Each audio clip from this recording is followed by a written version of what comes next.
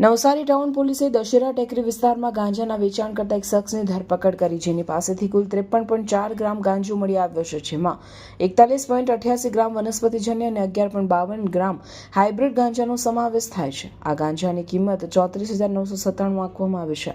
પોલીસે આરોપી પાસેથી મોબાઈલ ફોન અને રોકડ રકમ સહિત કુલ 45,818નો મુદ્દામાલ જપ્ત કર્યો છે. તપાસ દરમિયાન જાણવા મળ્યું કે આ ગાંજાનો જથ્થો વ્યારાના રહેવાસી રેખાબેન પાસેથી મેળવવામાં આવ્યો હતો. હાલ આ મહિલા સપ્લાયર ફરાર છે અને પોલીસ તેની શોધખોળ કરી રહી છે.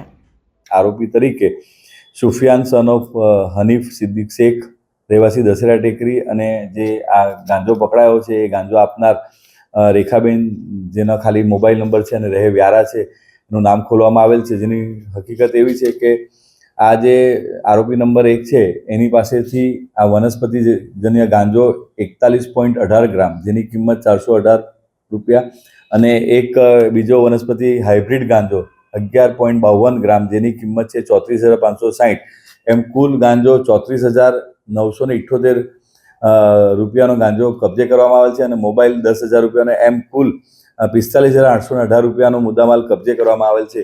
જે ખરેખર ફરિયાદ હકીકત એવી છે કે આરોપી નંબર 1 જે છે આ પકડાયા સુફિયાન સન ઓફ હનીફ સિદ્દીક શેખ, એને કોઈ પણ આ મુદ્દામાલ છે એ ગેરકાયદેસર રાખી પકડાઈ ગયેલ હોય તેના વિરુદ્ધમાં કાર્યવાહી કરવામાં આવેલ છે. અને જે આ ગેરકાયદેસરનો ગાંજો છે એ જે વોન્ટેડ આરોપી રેખાબેન રહે વ્યારા નાઓએ પહોંચાડ છે, તેને વોન્ટેડ જાહેર કરીને આગળની તપાસ PSI શ્રી કાતરિયાના હાલ કરી રહેલ છે.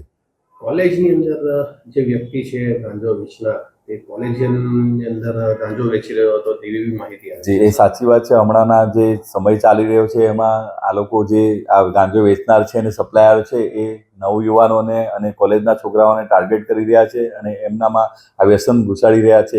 એ હકીકતના આધારે જ પોલીસ ઇન્સ્પેક્ટરશ્રીએ એનાઓએ બાતમી મળેલ એના આધારે આ કાર્યવાહી કરવામાં આવેલ છે. આગળ પણ એ પ્રોવિઝનના અને એવા કોઈ ગુનામાં સપડાયેલો છે, અને એની આગળની બીજી આ કેવી રીતે ગાંજો લાવે છે અને ક્યાંથી મેળવે છે અને આ કેટલી વાર લાવ્યો છે એ બાબતની પણ તપાસ હાલ ચાલી રહી છે.